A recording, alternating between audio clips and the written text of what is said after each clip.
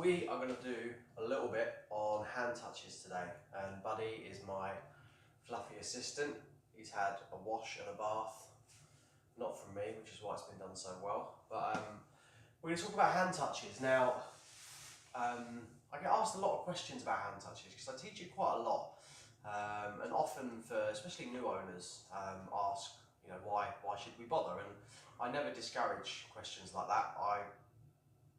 I want questions like that. I want people to question why I'm doing what I'm doing and why I'm asking them to do it in class. Because if you don't understand why you're doing it, you're not going to put everything into it. So I teach hand touches for two reasons.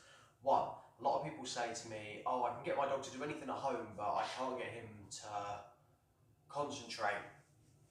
I can't get him to concentrate outside." But he wants some treats. So I can't get him to sit when there's other dogs around or when there's like a really big distraction.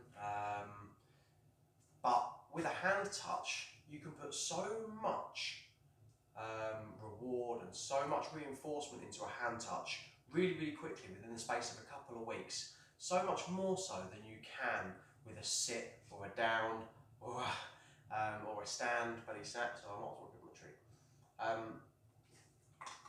It's really, really hard for dog owners especially to put the value into and to transfer the value properly from a really good treat into a sit or a recall or a down, and it's something that I can teach them, but I found so much more success with the hand touch and being able to get their dog to concentrate on something that you put loads and loads of value in when they're distracted. But that's not what we're talking about today. Today I want to concentrate on permission-based handling, and what I found some really, really great progress with dogs that hate being touched, hate being handled, dogs that have to go to the groomers like these fluff balls, all dogs pretty much have to go to the vets. They might have to have injections or have their hand touched or their temperature taken. And being able to give the dog an on and off switch, a start and stop for the procedure changes everything. I mean everything. You'll know what it's like when you've got a brand new puppy. If you try and restrain them in any way, even if you try and put a collar on them, they flip out and go crazy. And some dogs get over it quite quickly. Others don't. And others, they start to turn that redirect onto bites. And it only takes for a hand to come near when you're doing a procedure and then turn around and bite once and the hand goes away and the dog suddenly learn, if I bite, the hand goes away. So I'm going to keep doing that. And obviously what happens is every time someone tries to touch or restrain, they get bitten, their behaviour gets worse and worse and worse and worse and worse. But using this, I've seen some amazing results with dogs that just can't be handled at all, to actually being able to get them into a veterinary office and be able to do some sort of basic stuff which the owners never thought was possible. So I'm going to teach you through the sort of 6-step stage. I've tried to break this down into 6 steps for you. So step number 1 is, if you've never done hand targets before, I want you to take the hand target. I'm going to use my left hand, and I always use the hand that's furthest away from the dog. I have treats in this hand and I have an open hand here where I ask the dog for a hand touch. And to begin with, all I want you to do is feed on that hand, because once we've fed on there a few times, then they will naturally gravitate towards it. So let's give that a go.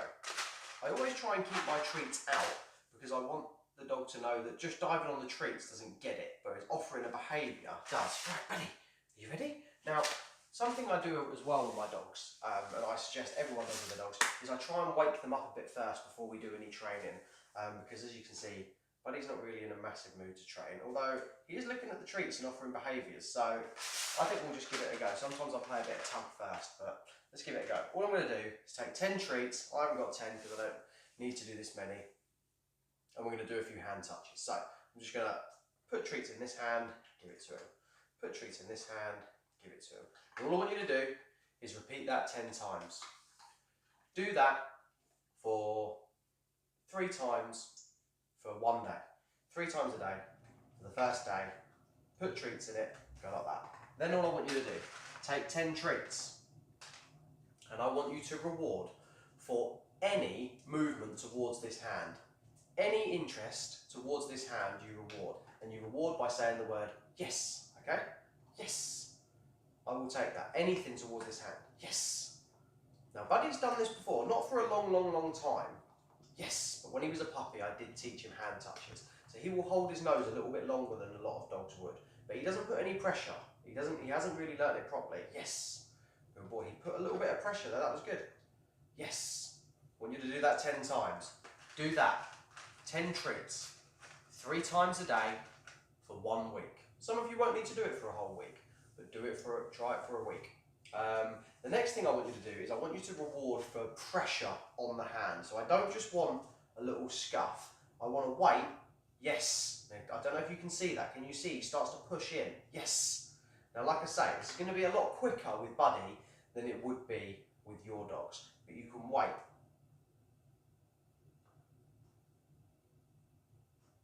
Yes. You just want to wait for some sort of pressure. Yes. Wait for them to push your hand. Sometimes we move our hands towards. If you want to be sure, put your knee up and hold your hand. Yes. And then you know you're not moving your hand. The back of it's there. Yes. Yes. I'm waiting for that pressure. Now that's really good. He's doing quite good. The next step is you want to only reward for 2 hand touches. So that's them putting their nose on it, bringing it away and bringing it back. Puts his nose on it, brings it away, puts it on again. Good boy. Now I didn't say yes, but that's because I'm talking to the camera.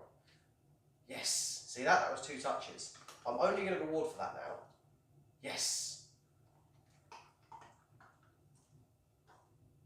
Yes. Sometimes you can't quite see the pressure, but he pushed pressure on, relieves, put pressure on. I'll take that for now. Yes.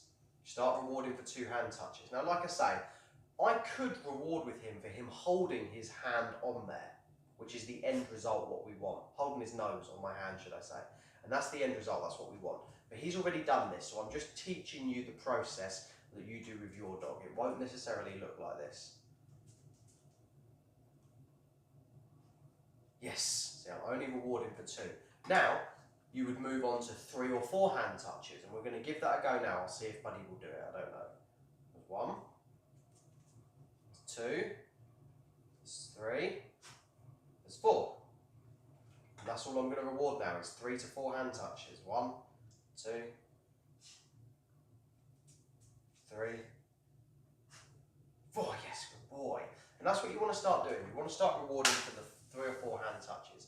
Then what you can start to do is you can start to wait for any sort of hold. Yes. So you see he's holding. Yes. Now I know he'll hold for probably 1 second, maybe 2 seconds. So what I'll do is I'll wait for that, 0. So now I started counting, he pulled his hand away. I want to make sure there is constant pressure. So start rewarding for any sort of constant pressure until you can count to 1. So 0, 1. Yes, good boy. And when you can start to reward for 1, then you can start to time it and you can start to see, okay, now I can get him to hold it for 1 second, for 2 seconds, for 3 seconds.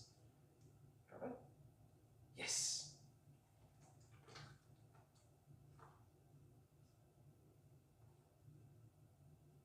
Yes. You see that? He touched it a few times, touched it a few times, he touched it and held it for a bit longer. I waited for the reward. Let's see if we can do that again.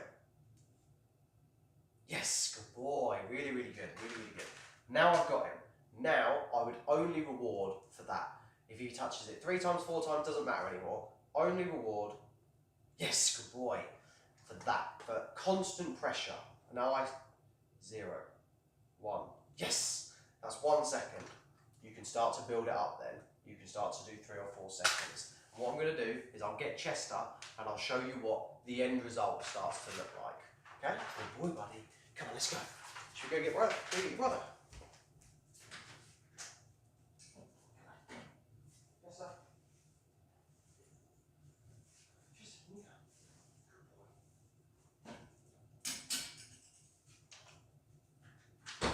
Good boy, Chester.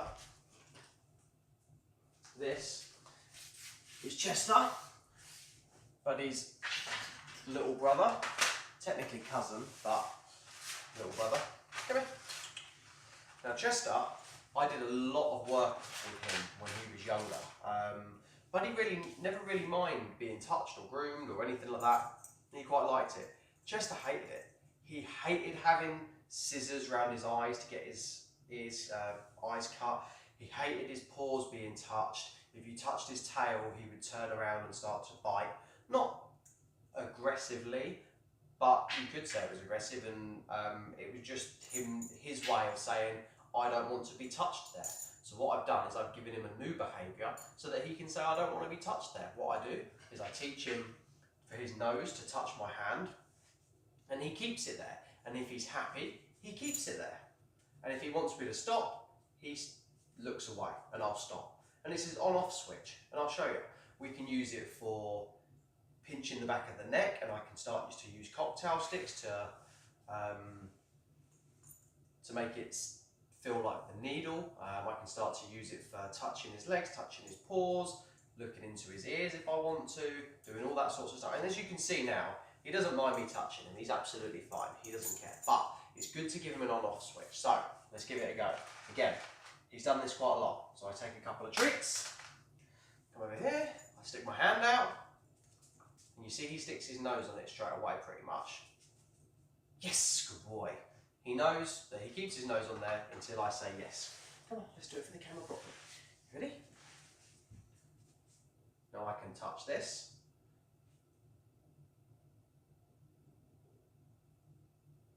Yes, good boy.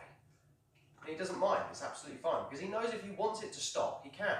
So he's not a massive fan of his paws being touched, so let's try that. I touched his paw, he looked away, I stopped. Yes, good boy, good boy. He realised what was happening. He goes, oh, okay, this is worth it. It's worth it for the treat that he's going to get at the end. These are just little treats, but I've done it before with really high value stuff. I'll try it again. Pick his paw up, he looks away. Yes, good boy. See that? He has the choice to stop or not, so he feels much happier about it. This is amazing for veterinary procedures. Like you can see me pinching the back of his neck. I'll do it again. He comes in, he touches, I pinch the back of his neck like I'm going to give him an injection. He looked away, so I stopped. I think that's because he thought he was getting a treat, he thought I'd finished. I could pinch here quite hard if I wanted to. He'll stay there for ages. Yes, good boy, good boy, good boy. It just makes life so much easier. Doing this 5 minutes a day, that's all you need to do. And once you're at this level, you will have a different dog. When are you, Chester?